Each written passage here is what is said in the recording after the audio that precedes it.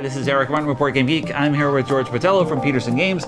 We are looking at Startropolis, or at least some pieces of Startropolis. We don't have the game as a whole. So I don't know if you give an overview of what the setting of the game is and what we're trying to do, and then I'll put these pieces in context. Of course. So the setting of the game is you're a corporate CEO out in space.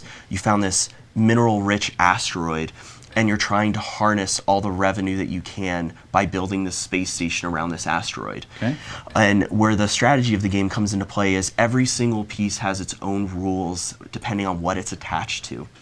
Okay. So as the game progresses, you, depending on player order, you choose which module you want to build that turn, and then reverse player order, you place the module onto the space station.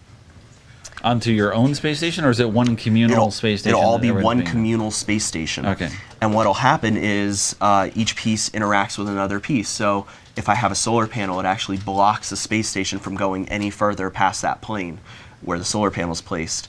The xenomorph module will downgrade citizen modules because you have aliens running around eating downgrade? Citizens. That is a nice euphemism there. Yeah, it reduces the revenue because you have some missing persons running.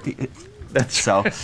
Yes, they're not spending their money there. So we're working on one giant structure, but are the pieces going to be color coded so I know what's mine, what I added, and what you added? And so on? when you get to choose a piece, it'll have the color of that piece that you have to take and attach to the space station, and as long as you have that card.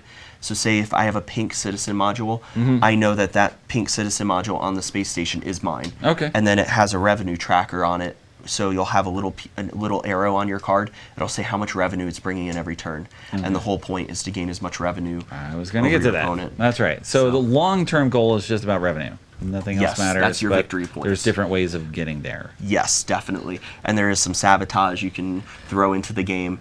And again, the base game, I believe, comes with some of the modules, and we have an expansion as well, and that'll add the arena module, the xenomorph module, the radar module, stuff like that. Okay. So, and what's the player count? The player count, I believe, is going to be four to five players, or it's going to be 2 to 5 players. Okay. And then this should be out later this year, the end of the summer. Okay. With a box as big as our head? Standard Peterson Games? It will actually be a little bit smaller. Okay. It is going to be a bit of a smaller box for us. All right. So. All right. If you got room on your shelf still? Yeah, if you have a little bit of room on your shelf after our other products, this would be a great addition to it. All right. Thank you, George. Oh, thank you for the overview of Startropolis from Peterson Games. Thank you. Thanks.